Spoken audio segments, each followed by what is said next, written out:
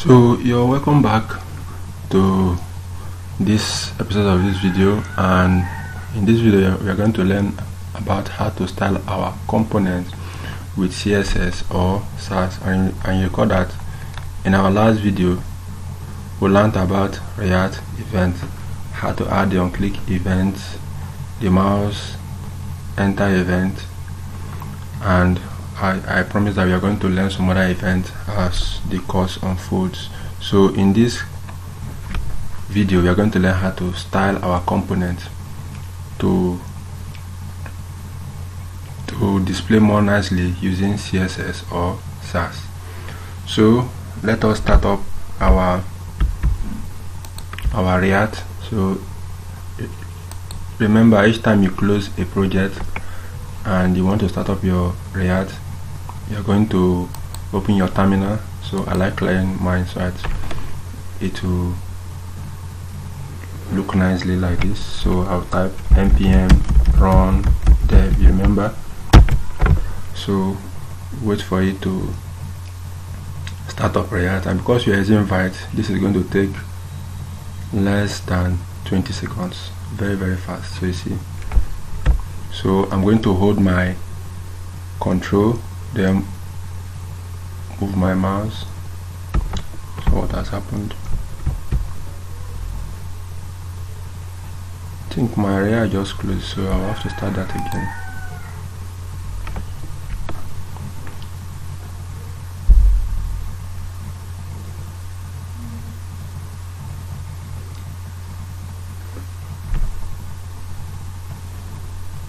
So I'm going to repeat the same process.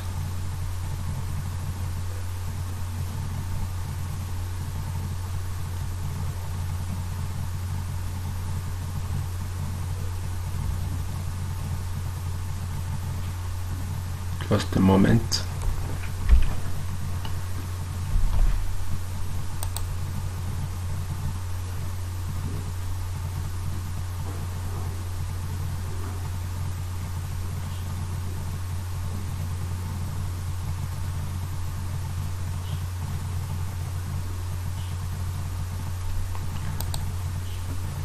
Okay, so let's start typing npm run dev.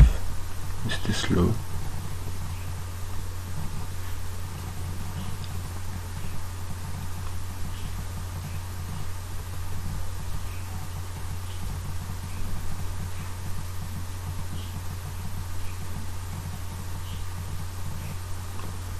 Okay, so I'll hit enter, and again it's going to start this in less than 20 seconds because we are using invite. It's lightning fast.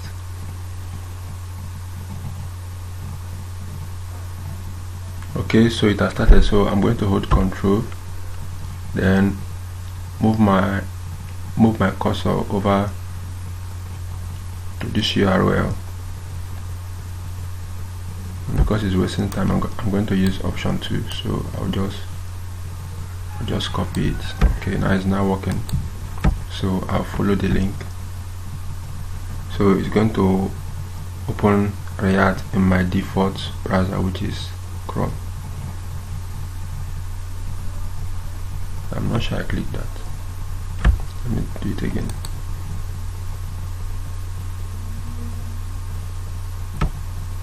There's a lag somewhere, so let me open it myself.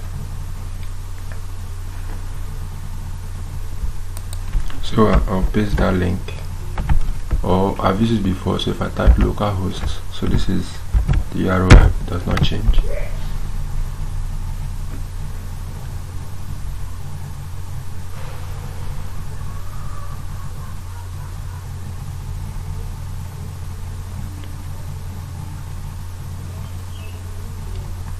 So this is where we left off, and you see that instead of hover event, so each time I hover it's going to do that. So let's deactivate that so that it does not continue that annoying behavior. So that is the last, so it will not happen again. So now we want to learn how to style our our component using CSS. So the first method is the inline CSS, and we are going to give it a simple color just like this, and it's going to apply only a color of red to the h1 tag. So let's do that. So take it bit by bit. So let's choose a component. So this is the car component, and I have a h1. Then, just like in our normal HTML, to do your inline CSS, you need to use the style attribute. Then, because we are using React, and from here, from this return div is JSS, so to enter back to JavaScript environment, we need to use a curly bracket. Now the syntax for typing or adding an inline CSS is must pass through an object, so there should be another object here. Then I cannot start typing my CSS. So color, then include red. Then if I want to add another thing, I can add border. Now this is another rule. Now to add a border bottom, I need not to do this because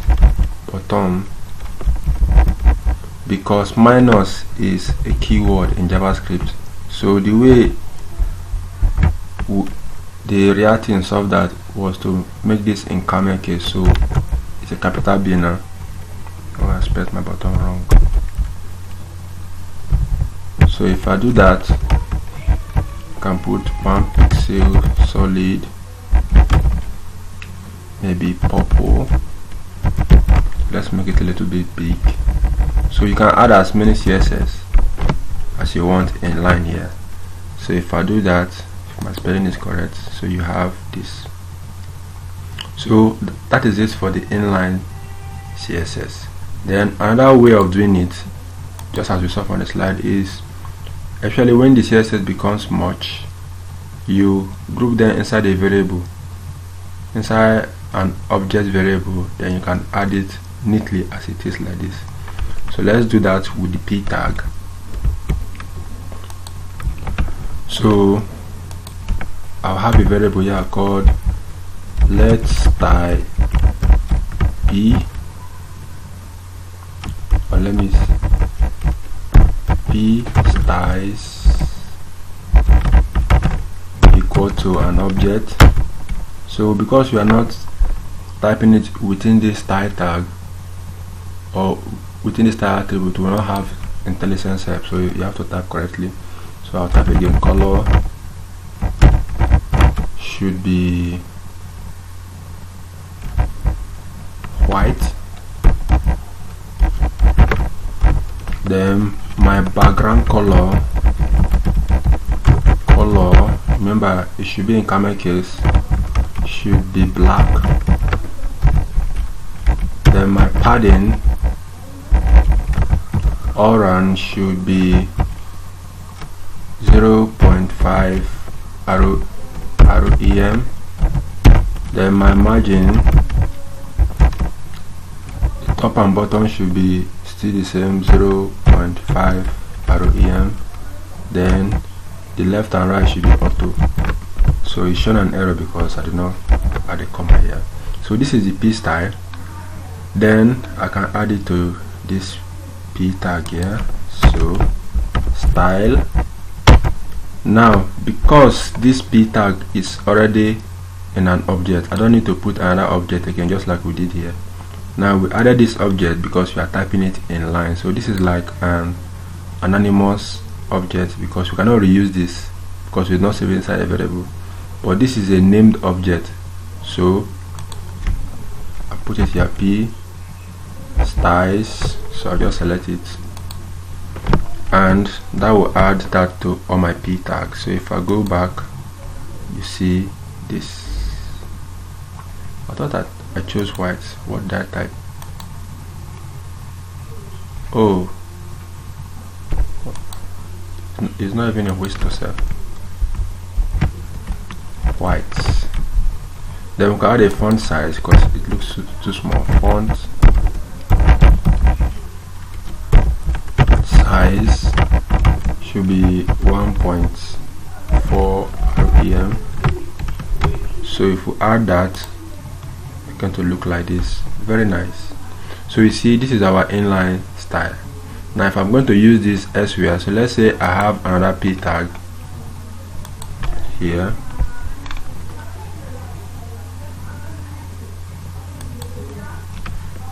So this is still within an object, so I have to put it outside the object. So p lorem 20 or z. So if I save that, you notice that this other p tag will not have a style because I have not added it. So let me add another one below here. H3 more details,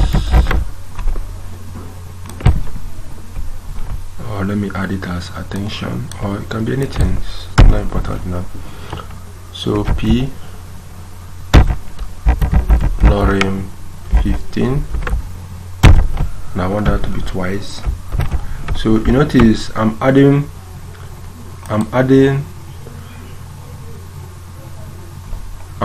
more p tags, but it's not affecting because it's still inline. So if I want it to affect anyone, so I want it to affect this last one, so I'll just come here and add style dot p styles. So that is it for adding inline style. So when you know that your inline styling is just one or two CSS rules, you can just leave it there. But if it's much like this, it's advised you put it like this, to be neat. Then next, I want to talk about the external CSS, which is unrestricted global CSS. So this external CSS is like you having a Wi-Fi, or you on your hotspot on your phone, but your hotspot doesn't have a password. So this is anybody whose phone is set to connect to a Wi-Fi automatically will just connect and start using your data. So it's unrestricted. But whereas the CSS module is like a hotspot that has password. So even if it's on, no other phone can connect unless you gave them the password before. So that is the difference, and I will show you how this one works just now. So let's go back to our car component. Then I want to create a new file called car.css. So you see, one of the advantage of wrapping a component inside a folder. Now I've saved my CSS inside it. Now if there is an external object that I want to create just to keep things organized, that belongs or that is unique to this car component, I'll create it here, so everything will just be grouped, so it will not be scattered. So that is one of the advantages. So I want a p tag. So all the p tags here, I want them to have a different, so a background color of purple, then a color of white, the margin should be 5%, no, should be 1 rem, then left and right should be 5%, then border radius should be 10 pixel, then padding should be 1 rem. So that is it for all my p tags. Then my h3 here should have text align center, color should be navy, and the font size should be 2.3 rem. Then font weight should be bold. So if I save this now, is it going to work? No, because I have not yet added it to a single component that is called the app component. So let's add that to our car component. So this is how we add an external CSS. You still use the import. So I'll come here, import, then in quotes. So you're not going to use this long one because you're importing a CSS. So dot and /.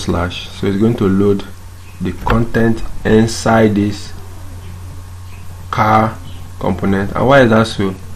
Because this car component is inside a folder. Now if all the components were inside this component folder just like that, then that means I have to you see it load so many files and folders, it might be too much. So this is another benefit of wrapping your components, any file that is unique to your component, inside a common folder.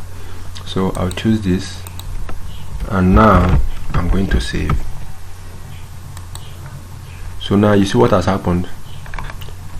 In the car component, all my paragraph tag has this design. Now that is not only my car component, both in my cat component. Okay, in my cat component I don't have a paragraph and a H. So let's do that to see why this global CSS is unrestricted global CSS. So I'm going to do that now. So let me go to my cat component. So I'll have something like a paragraph here, P lorem 50 or Z to break that. Then I'll come down here, so .blog. Then I want to have a H3, how to create a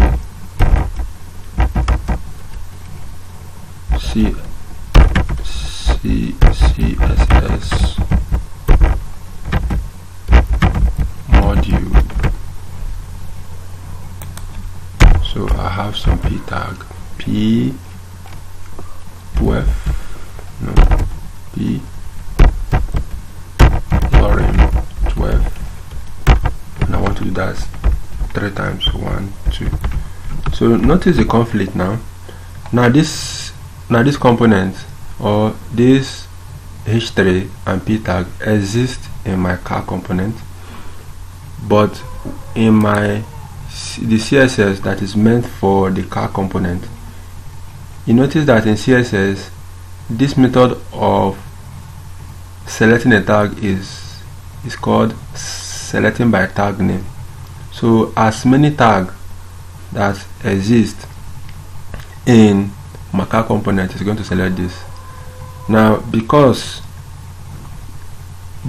this component, because a component returns a CSS, I mean a HTML, in the app component,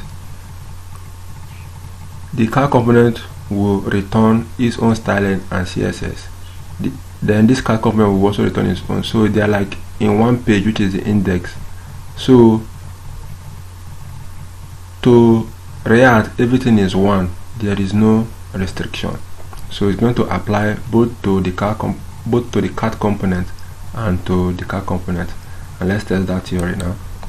So you notice in my cat component I have the same styling that exists in my in my car component, even though I only added it inside my car component. And just as I've explained, because the component returns a HTML, in the body tag they are just returning their HTML and their CSS. So because of there's a tag selection here, it's going to work. So even if it's an ID selection or a class selection, so far as they have the same name, the same class name on ID name, the same principle apply.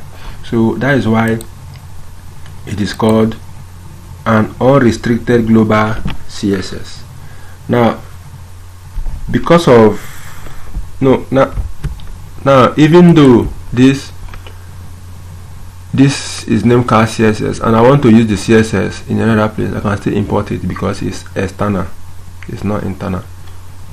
So that is another benefit of that. But this behavior can be so troublesome because you might be trying to style something in the car component, maybe to give it another different color, but it might not be working because it's inheriting a CSS from the car component.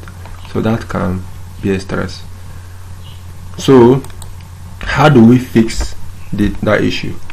Now, before we enter the CSS module, to avoid naming conflict when using CSS or SASS, avoid global CSS and make sure each component starts with an ID. So let's test it. So to avoid the conflict of this unrestricted or this external CSS that is unrestricted, we can solve that issue by making sure that each component have its own unique ID. I know ID has more respect in CSS. Then we are going to select, so all our selection will now be with reference to that ID, meaning no other component can override it. So let's test that theory. So I'm going to come to my car component. I'm going to give it an ID of car. So because you can't have a component that bears two names, if not you're in for an error or a conflict, or which is not professional. It now makes sense because ID is highly respected than class. It has more points when it comes to specificity. Yes, if you don't say that slowly, you make mistake. So that is it. Then I'll come to my external CSS. Now instead of me to do this, I'm going to now reference hash. My cursor is in another place and I'm typing in another place. So space, I get some space. Then hash car. So it then means this CSS is only going to be applied to any p tag inside my car component. So we'll do the same thing here. Hash car space. So this means this h3 is going to be applied to this CSS through here is going to apply only to the car component. So now if I save this, you see the conflict disappears. So you see, that's how I fix it. So you see that the CSS now only belongs to this. So this is the method I use when doing large projects to avoid CSS conflict.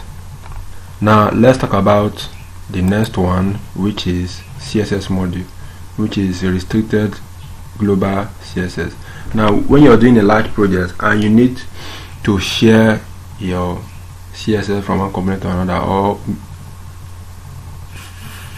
for example there's a way you want your button to be or a heading to be or something like that, you can use the CSS module. Now CSS modules are convenient for components that are placed in separate files. The CSS inside a module is available only for the component that imported it. So, and you do not have to worry about name conflict. So to create a CSS module, we use this format. So you create the CSS name .module.css. So that's how you tell React that this is a CSS module. Then example, my style.module.css. Now to use a CSS module, what do you need to do? So importing and using a CSS module. So you import the CSS as if it's a component. So this is how you import it. So you can call it anything, because this is just saving the variable, because you notice this is my style here and it's only style that is here. Then in the car component, you can now apply it like this. So the CSS module is used when you want to have the same CSS in more than one component. So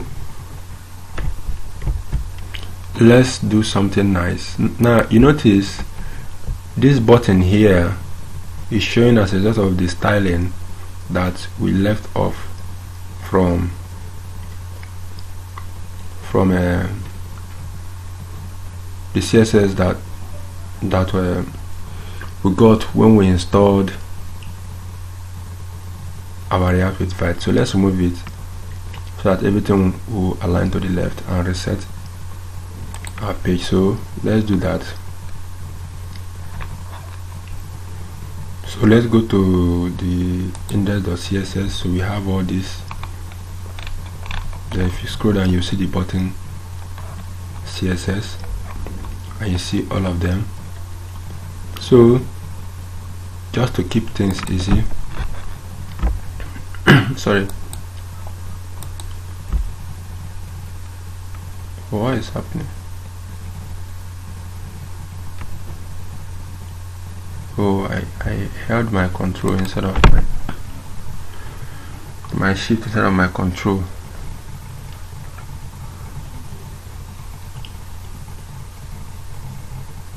This has caused some delays. So let's continue and let's give it a moment to load. So while it's loading, I can go to my index.css. So I need to copy all of this.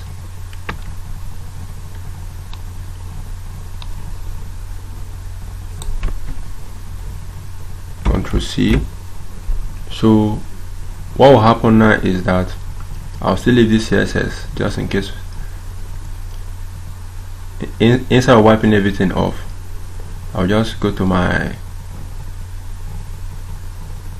app.css. I think that is, we have another one there, which is the app.css.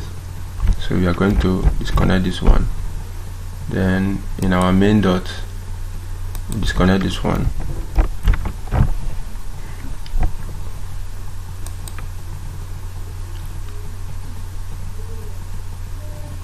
So let's save this one and let's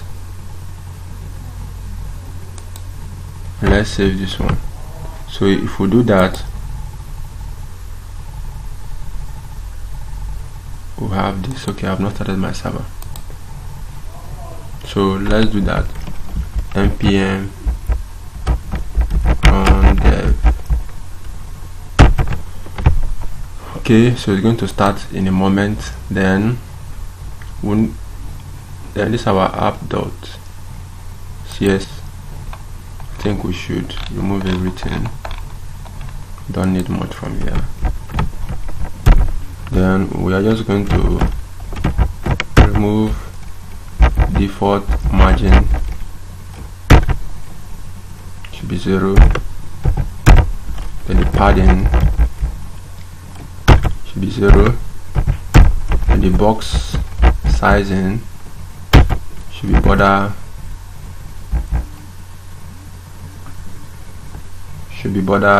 box, not box shadow. That's why it's not coming up. Box sizing, border box. So now we can activate this and there'll be no more conflict. So if we do this, and it should refresh because we started up our server all over again. So you see how it now looks like now. Very nice. One of our button, you see how it looks. Now let's now add a CSS module to this. So we are going to create a file outside our component but inside our source, and we are going to name it global CSS.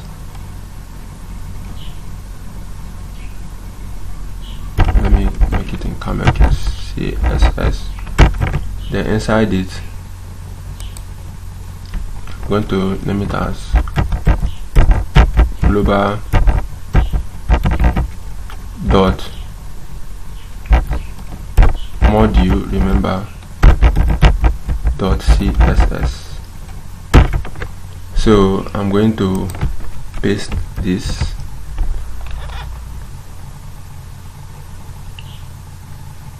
So I'm going to paste this.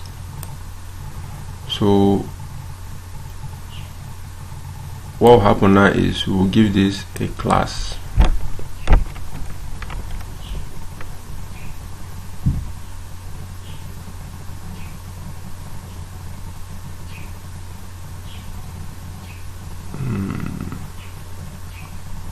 Let me see if we can use it without a class. But I usually use it with a class, but let's try. That's how we learn. So the next thing, I'm going to import this in my, so where is that component? It's in the car component. So I'll go to my car component with my cart. So let me close this. So I'll have some room. So in my car component, I'm going to import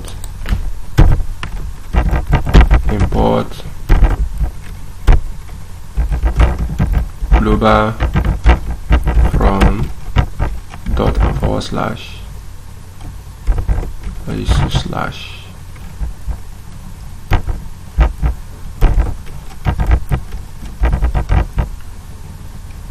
So let's use dot and forward slash to go back further upward.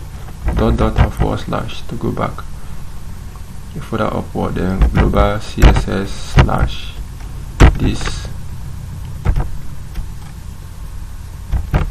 So let's come to this button here. Where is the button? This. So we are going to add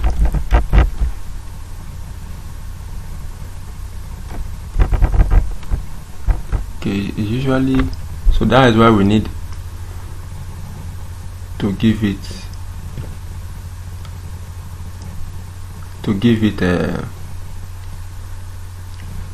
that's why we need to give it a class, because you don't add the global CSS using the style attribute, so it should be a class or an ID. So if you use a class, use a class name. If you use an ID, use an ID. So let's do that. So you see that when you understand the theory of something, it helps you to understand how it works. So I'm going to give all of these a class name.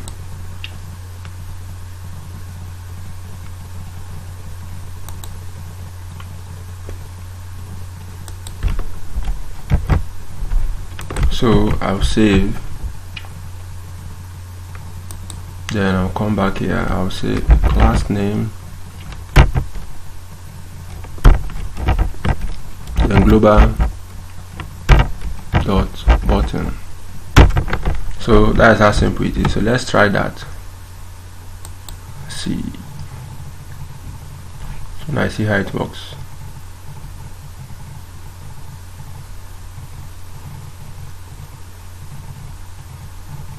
So you see that it changed, but not the way it was. So let's see how we can correct that.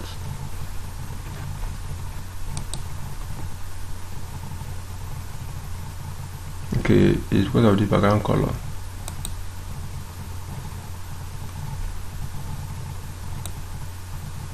So let's rename that. Background color should be transparent.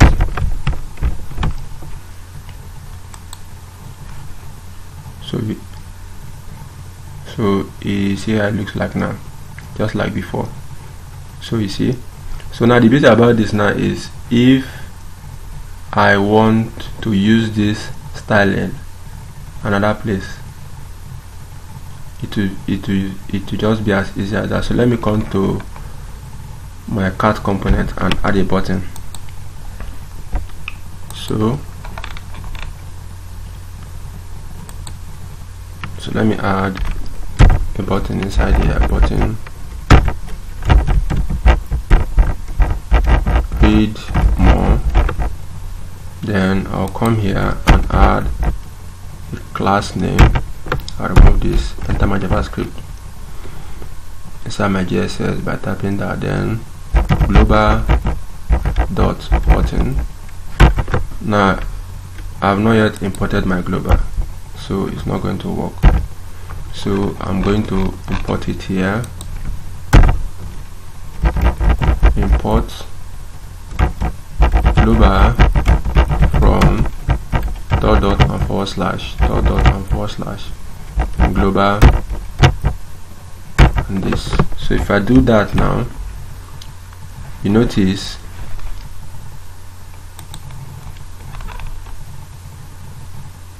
I'll have the same styling.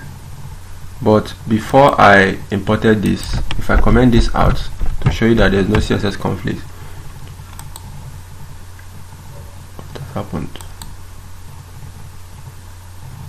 Okay, there's an error because I'm trying to use a class name that does not exist. So if I also comment this out, you notice that for here is working, but for here I see it's not working. So it works fine. So that is how we use the CSS module. We use it for sharing the same CSS in more than one component, and there will not be a conflict. So let's do our Ctrl Z to restore our global CSS using the CSS module, and you see everything works fine. So we can make this look more nicer. There's that global CSS.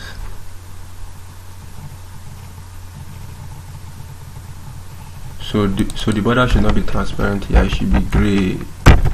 Then when it is hovered, the border color should be this. So let's see that, so we know that there's a button there. Are you seeing it now? Nice. So you see, shows nice. So that is it for the CSS module. So the next one is SASS. So what is SASS? Well, SASS stands for systematic, I think, awesome style sheet. So SASS is a processor for CSS. So that means you can add more advanced things in your SASS that can speed up your CSS development. You can import and you can export so that you don't repeat yourself. So in this part of the class, I'm going to teach you how to style your component using SASS. And to do that, we need to install our SASS package, because it does not come when you install your React with Fight. So we are going to install SASS, then we are going to learn how to add a variable using our SASS, and this is also available in CSS. Then we are going to learn about partials, which enables us to split our code, and we are going to learn about how to import or reuse a CSS using extend, and also how to reuse a CSS using includes. So they are kind of similar because you can use a CSS, but the extend is like a function and the include is like an object. So there's a slight difference. You can have an include inside an extend, but you can have an extend inside an include. So that's just the difference. And with this, you're going to see how easy it is to use your SASS, especially in responsiveness. So let's begin. So we'll go back to our terminal, press this plus to open a new terminal, then we'll type npm install SASS -- save.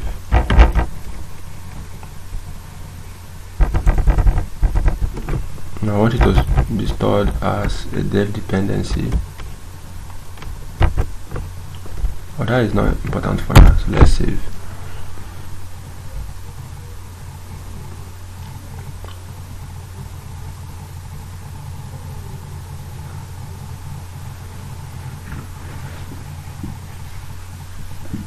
So while it's installing, let me put off something.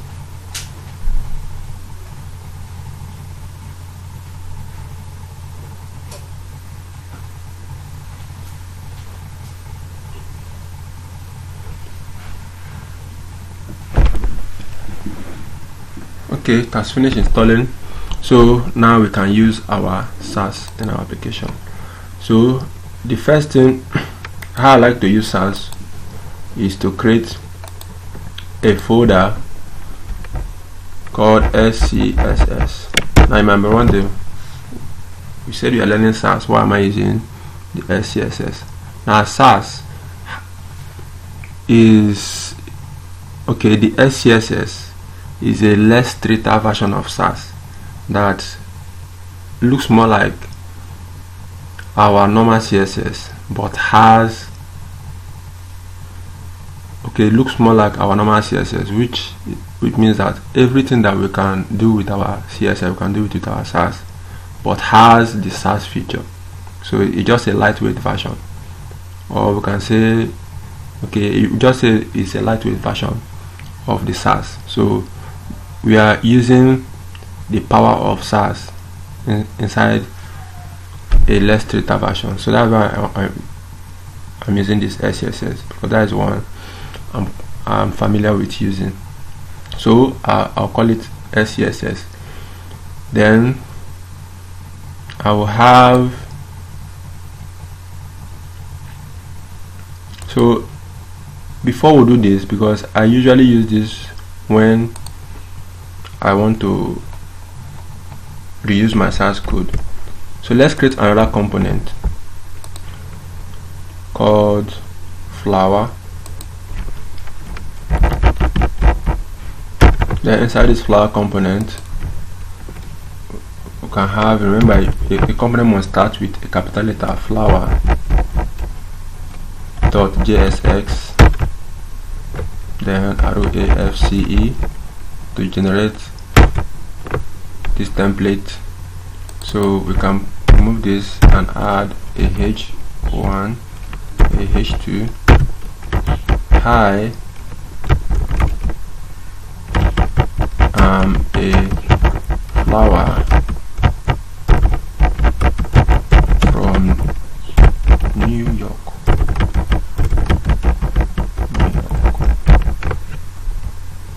What a nice flower. Okay, then I'll have some p tags. P lorem, what is there to split. Now you recall that even though we are using SASS, it's still a CSS, because it will still, the SASS compiler will still convert it to CSS. So if we don't give it a unique ID, it will be shared by any other class or any other component. So we'll give this a unique ID of flower, remember, from the CSS. Then I need to create an external CSS file or SCSS file, which is flower.scss now. So I'll come here, I'll just have to do my ID, flower is capitalized, and I can start styling. So first thing, let's give it a background color of gray, no, of brown. Then a color of white. Okay, so of course, if I save this and save this, for it to show, we need to come to our app component, unless it will not show. Remember, our app component is our window to the world or to the browser. So let's automatically import this. Oh, I made a spelling error. Well, let's use what we've spelled, but you can change it. So let's change that. Rename.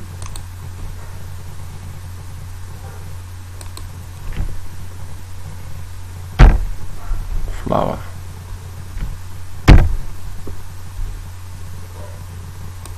Then we come here,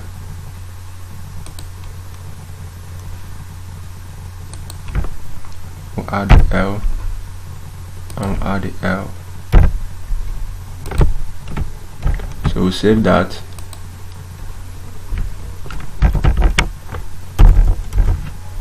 Sorry, excuse me, flower.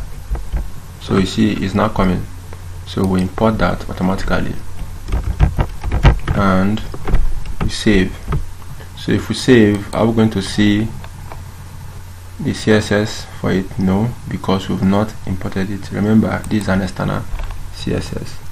So what we need to do there or do now is to import it here. So import dot and forward slash our flower. And now if we go back to our browser, we're going to see our styling. I think at this point, let me split my screen so that we immediately see the changes.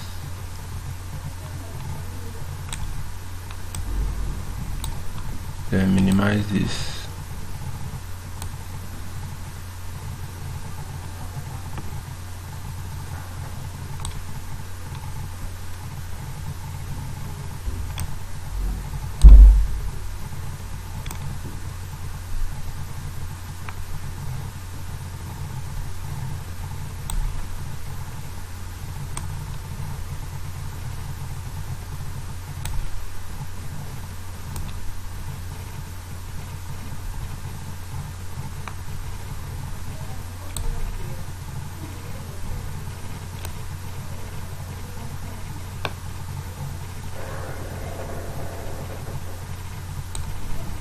Okay, so I close this, do my outside. So at this point we are seeing our flower, very nice. So now if I want to do more styling, I can give it a margin, top and bottom 2 REM, left and right 4 REM. So that's going to give you some spacing, so you notice how it is now. Then a padding of 1 REM,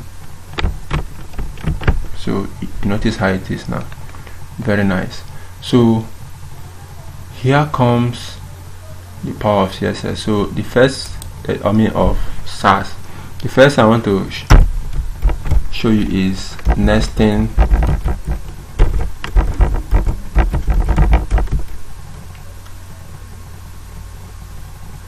your CSS selectors.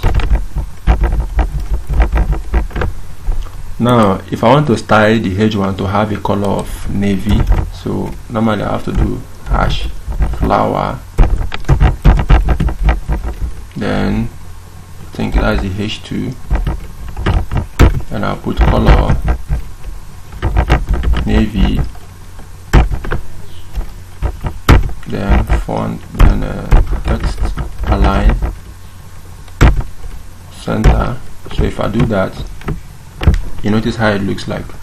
Very nice. Then a font size of 2 ROEM. So you notice how it looks like. Now but in our SASS we can cut this out like this. So let me just comment this out. You can reference this later, and come inside here and add it. So this is the same thing as saying go inside the flower, the flower div, then look for a H2 or any H2 that you find there, and give them this word styling. So with this we repeat typing this thing every time. So if I save, you notice there is no difference. Now if I add something,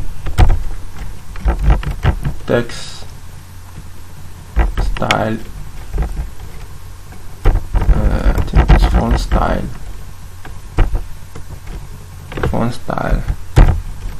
italics, so you notice it applied. So that is one of the reasons I love SASS. Like I jokingly say, CSS will make you to dot until you dot out your life. So you see, you always have to externalize using descendant selectors until you're tired of doing that, and that can waste your time in typing. So that's one of the benefits. So if I want to also target the P tag, I'll just put my P there, and and I'll add imagine top of 1 ROEM, then font size of 1.2 ROEM. So you notice how it looks now.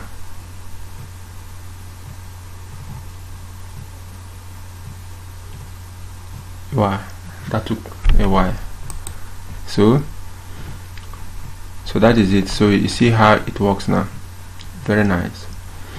Okay, so that is nesting CSS. Now the principle is that for you to understand how you nest and it works fine, you have to refer to your markup. Like in the first level, this is a first child.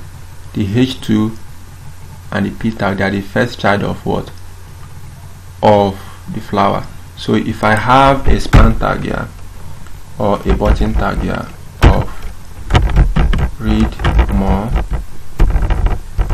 or view more,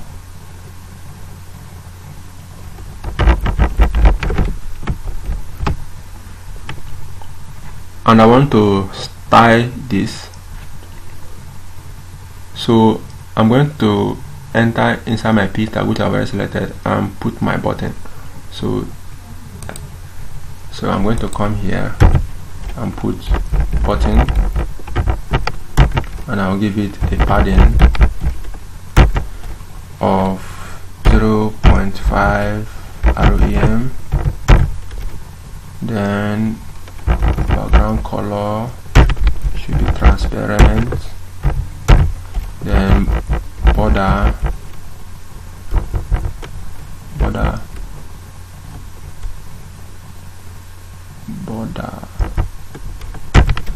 1 pixel solid gray, then background color should be transparent, then let's save this and see how it looks like. So you see how it looks like. Then border radius should be 10 pixel. So if I save that, you see how it looks like. Then the color should be white. So you see, it looks like. But now when I hover, now this is another beauty. When I hover, instead of me to type this now of SASS, instead of me to type a button,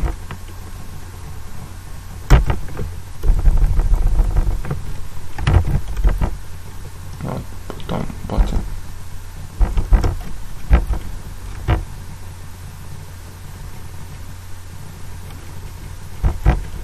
Hover. What am I typing?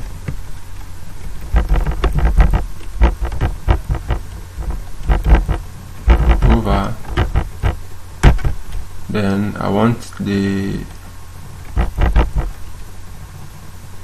border should to be on set. That means there should be no border again. Then the background color should be green and the color should remain white. So if I do this and hover, you notice, but you will notice there is an increase and decrease of size, and that's because I unset this. So to do that, I'll still leave it at 1 pixel, solid, then transparent. So if I do that now, you see how it works. Very nice. Now instead of me to do this, I can cut this, CTRL-X, and put it inside here and replace this button here with this symbol. So this is something I'm saying button, hover, and this, and if I do that, it will still work as the same. So you see the beauty of SASS. It makes because we are nesting our CSS selectors, it is easier for us to read and understand the code. So and it forces us to make sure that all our styling for a particular tag is done on one place, so that as we are reading the CSS from top to bottom, we are getting the sense of it. So that is a beauty of SASS. So this is just what you need to know, that in SASS you can nest your CSS selectors, and whenever you want to use a pseudo class or a pseudo element, use this and it will refer to this. So the next thing I want to teach you in SASS is CSS variable, a SASS variables. So to do that, we need to create a partial, or I don't need to, we don't need to create a partial to do that, but let me show you. So to create a variable, we'll first create an internal variable.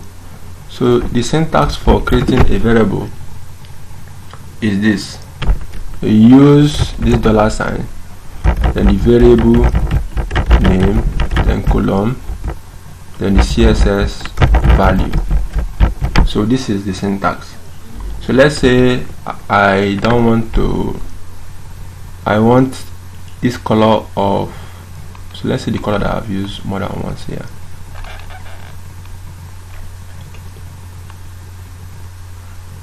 White, I've used white more than once.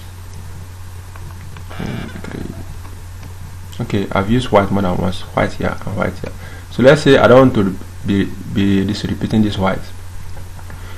So I'll save, I think I use it as test color.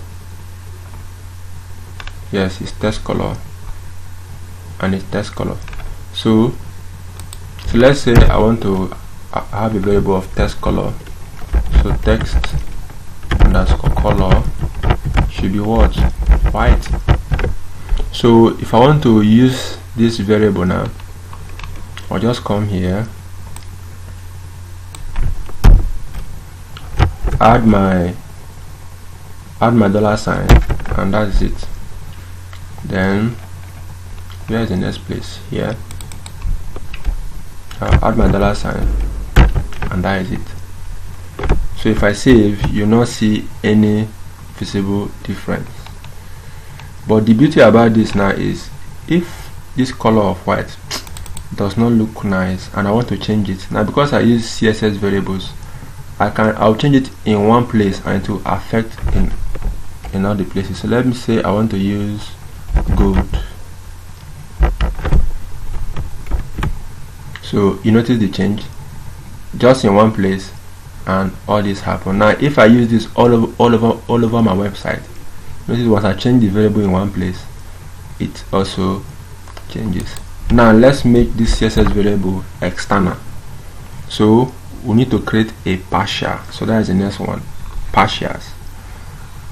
Now a partial in CSS is like an external file that will not be compiled by the SASS compiler. Rather, it will skip it. Then how do we use the partial? We use the partial by importing it into any external, any SASS file, and use it to avoid code repetition, or yes, to avoid code repetition. So let's try that. Remember, a partial enables us to split our CSS for the sake of reusing them and import them in any CSS file that we know we need that CSS that was splitted. So let's go back.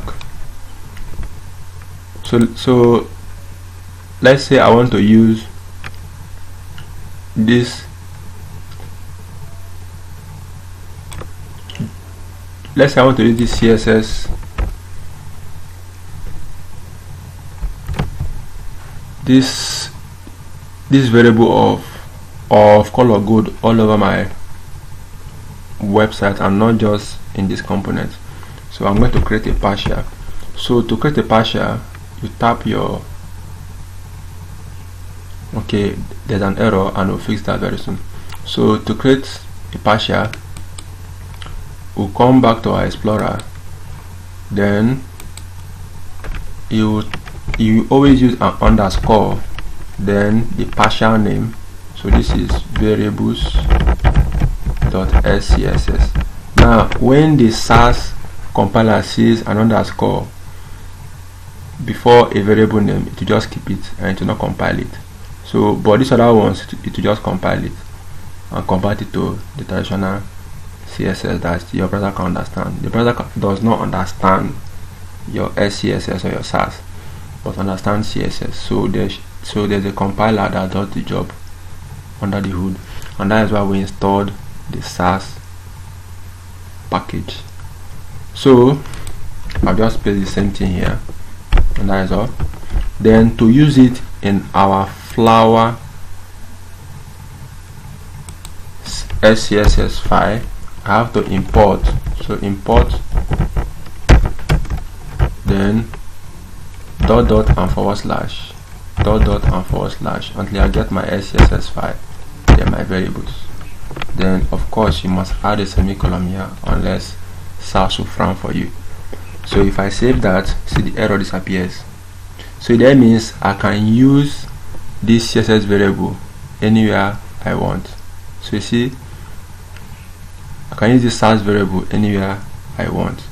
So that is the beauty of that. So more on partials, let's learn about extend. Now to do that, I have to do a markup in our flower component. So I have to close this.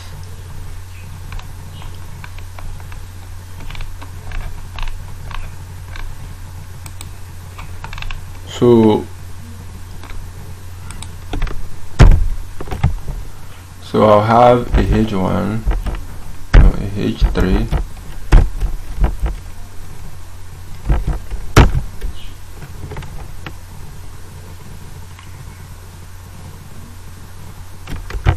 flower names. So I'll have a div. Then let's give it a class of what? A class of flower names. So the names of flowers, so let's use a span tag. So I can remember flower 1. Then we have, I think there's a rose flower. Then there is hibiscus. Can't remember the spelling.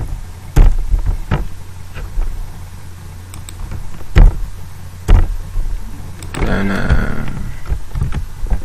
there's another one. Oh, I don't know much about flowers. So let's just say blue flower.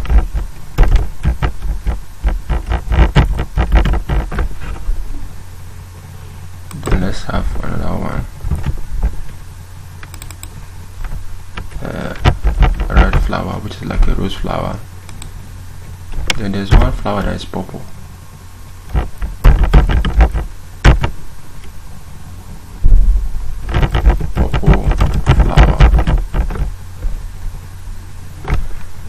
So if I save this,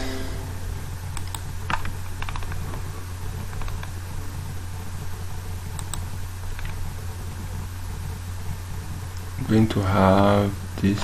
So yeah, why is it not showing? Let me refresh.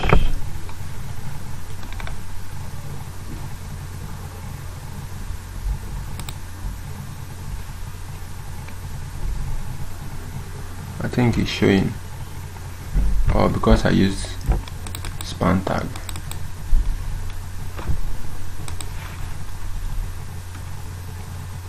It's not because I use span tag, because I gave it a color of white, so they will not show. So let's go,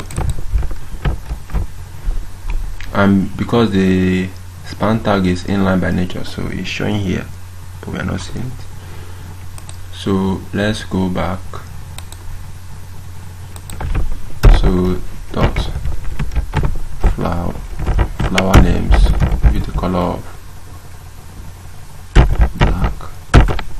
So if we do that, you see the flower names. Okay, there.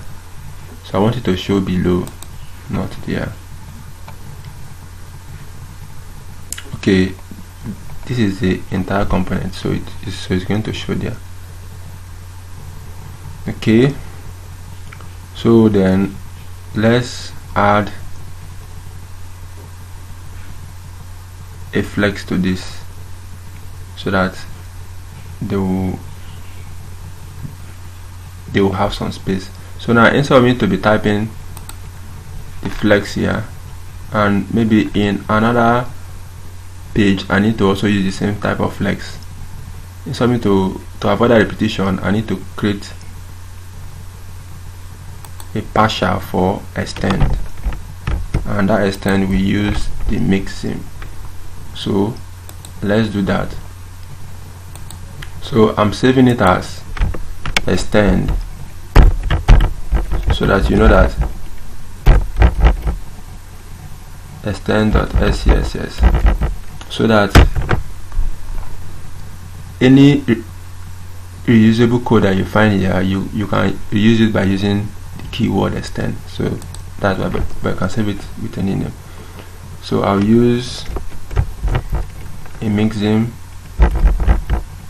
which is like a function, flex underscore between. Then this mixim is like a function in JavaScript. So this is the keyword for creating a mixim, then this is the function name, then it can also accept parameters. So let's do that. So flex display flex align items center justify content space between. So if I save this, let me use it on this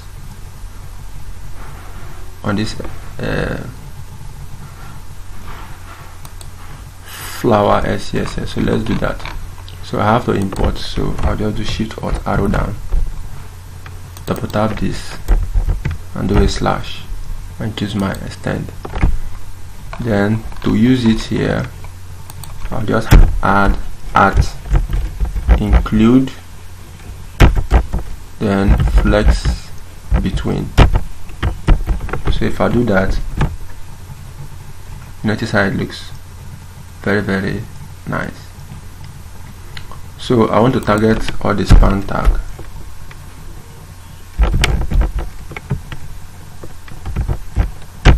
And I'll give them, so let's add a gap, 1 arrow EM. So you see how it looks like now, very nice. So let's add the background color of white,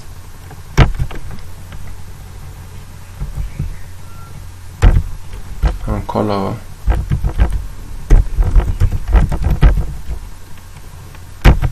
of navy. So you see that we have that. Then text wrap, wrap. So let's see. So you see there is an overflow there. So that means there is need for responsiveness. So I will have this now.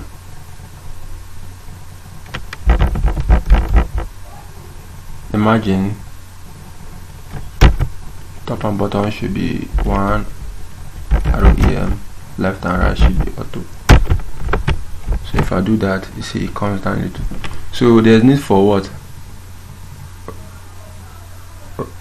This responsiveness. Now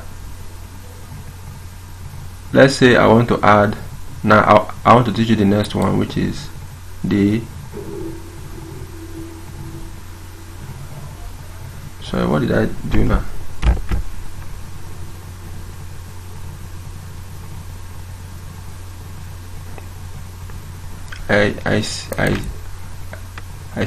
I used the wrong file and added the wrong. So this is meant to be includes, not extend, please. Just notice the error now. Includes. So we are going to have an error. So we are going to fix that. Here, includes. Sorry about that. So because it's in this includes that we use the mixing and other stuff. So I want to teach you about extend.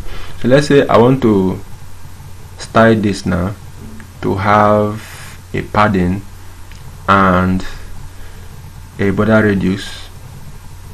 So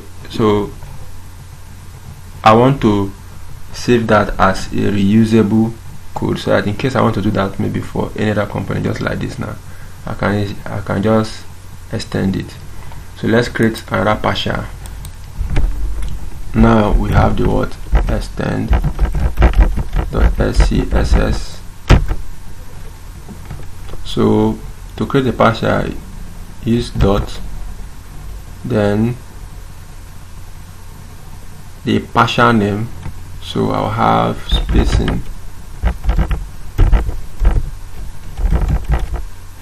then I'll have my CSS rule inside this curly bracket. So I'll have padding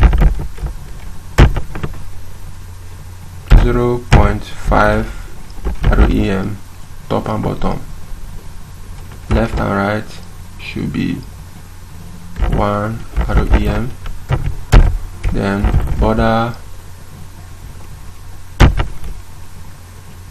radius will be 10 pixel. So this is just the basic spacing I want to have.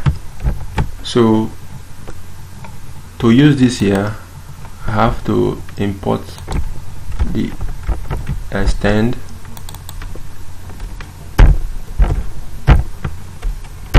just like so. Then to use that inside this my span tag, I'll use @extend then dot spacing, and if I do that, you notice how it looks now. Very, very nice. So now you see that there is need now for responsiveness. So how do we make the responsiveness using SASS? Very, very easy. Now we'll add our responsiveness inside our extend, inside our includes, but if you like, you can create another one, another partial, so you know that that is for your responsiveness. But just to keep things simple, let's do it there. So I'll create another one called @mixing, then this is for my mobile,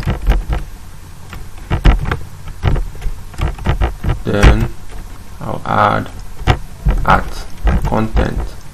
No, not add content first. So you first of all add your screen width for this.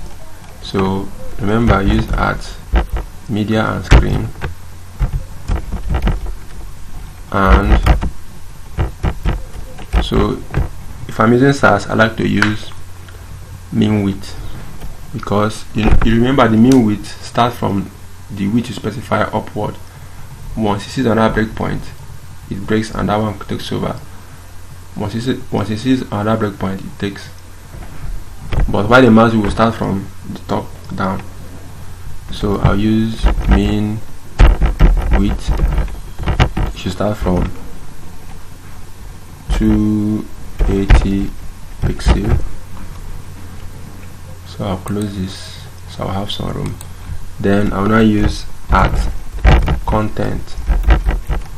So what this means now is that when I call this my mixing, I'm not going to close it just the way I did in here. Rather, if I call include my mobile, I have to open a curly bracket and start writing things inside. So the things I write inside will be what I want to be inside this my media attribute. That is why that is the reason for this content. So I'll just repeat this into 2, and what did I do? So I'll repeat this, copy this into 2 more parts. So this one will be for my tablet, and this should be from 580, just adding, and this one will be my desktop, and this one will be for my 980. So that is it. So let's now use this. So for my mobile I have this, for my tablet I have this, and for my desktop I have this. So let's use this to make this responsive, and with this we'll end our class on SASS. So that is what you'll be seeing me using, because I find it more easier to use than using the normal CSS. So let's go to our flower. So you notice here that the cause of this overflowing here is because we are using space between. Now if I change here, justify content column, no, it's not because you are using space between, but because the flex direction is what is in rows. So if I say flex direction, I should change it back to what? to colon, you notice the overflow is gone. But I want it, so let's maximize this, but I don't want it for all screen sizes. It should be in this column. So I want it for only mobile. It should not only be in these sizes, but the width of the flower should be full screen. Then for mobile, then for tablet, it should like be in 2:2 or be in 3:3.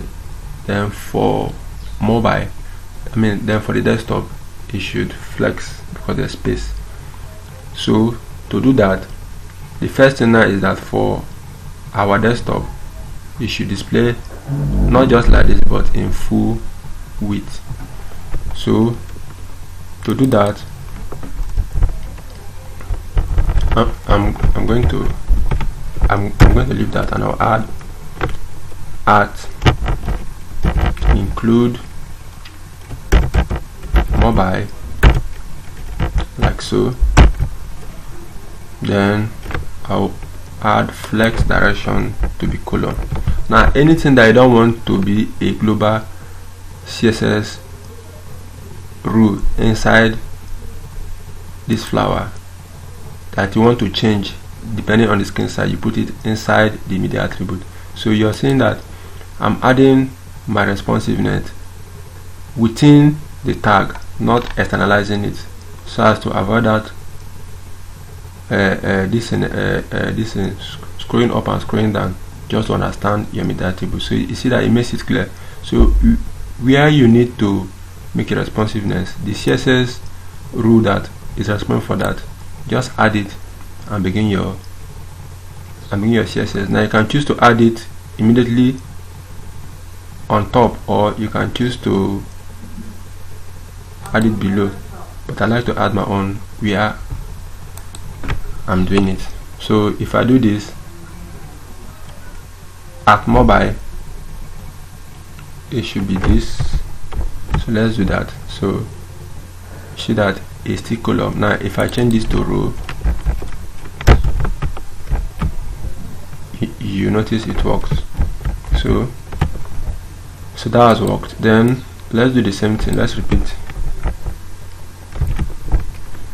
Then for this is my tablet, and this should be my desktop.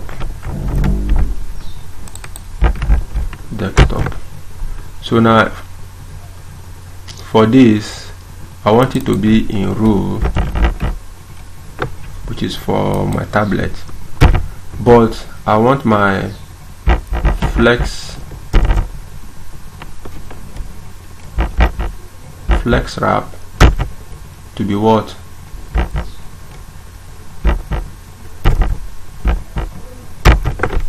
To be wrap. So if I maximize this, so then this should be in row. So if I do that, you notice it's like this. So let me enter this mode so that we'll understand this. So if I go to this, here I can stretch. So if I scroll down,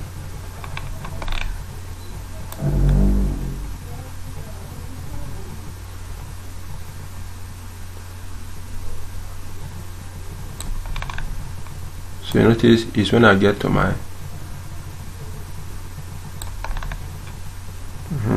so I've gotten to my mobile. So what we are going to do now is we're also going to do the same thing all over here, but we want to change the background color of the span tag, so that we know when we are at a mode, so that we know that it's actually working. So I've pasted that. So what I'm going to do now is this. I'll just cut this out. So that's for my background color here. So my background color in the mobile mode will be purple, Then the background color in my tablet mode will be what? Will be white. So let's use white for width. Then for my desktop mode, should be background color should be black. So let's do that. So if I come here, so you notice now we are in the tablet mode. So you see, so at the screen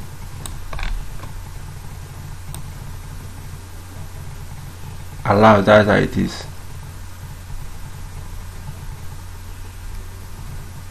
So you notice, but the text, I don't know why this is not clear, so let me use this one.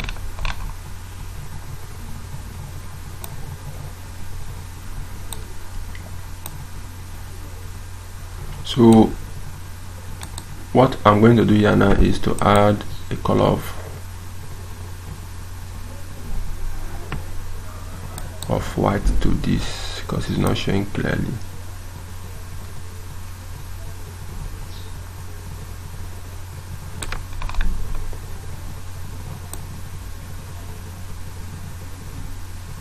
So you see how it's breaking. So for the purple, we are going to have a color of white.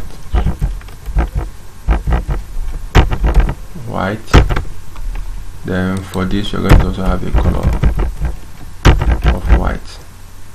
So that will fix that. So you notice that actually. But one last thing now that we need to do now is, I need to add now, when you're using this, if you're using the mean width, now you notice that for this tablet mode it has inherited the color of white, because there is no CSS rule to override that. So is either I add the color, or I'll put the color here on set, so that it will not inherit it. So it will still remain as black. Then if it gets to the desktop view, it's going to change to white, and it comes to the mobile, to the tablet view, it's going to change to black, and it goes, once it gets to the mobile view, it changes to white. Now our last task now is to make this spread full screen instead of this. So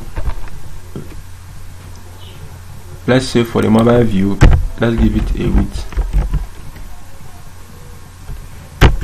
of 100%. So let's see how that looks like. So you see, it's a width of what? 100%. Now let's see what happens when we reach this. So you see, it still takes the same thing, so that there is no responsiveness again. So a quick piece of that is to come back here and say the width should be what? On set.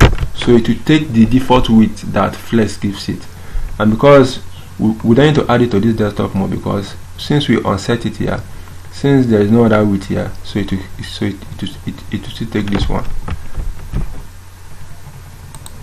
So that is it. So you see how easy it is to make a site responsive using SASS. Very, very straight to the point. And if you use this approach when working with Figma, you will not have an issue. So that is it with SASS, and now you know why I love SASS, because of this. SASS is a library, and we know what a library is. It gives you that ability. It makes you in charge. So it's not in charge, it makes you in charge. So this is how we will use SASS, and we will be using SASS for our subsequent video, because it's very straight to the point. So that is it. So at the end of this class, we'll be able to know how to style our component using CSS or SASS. So I'll see you in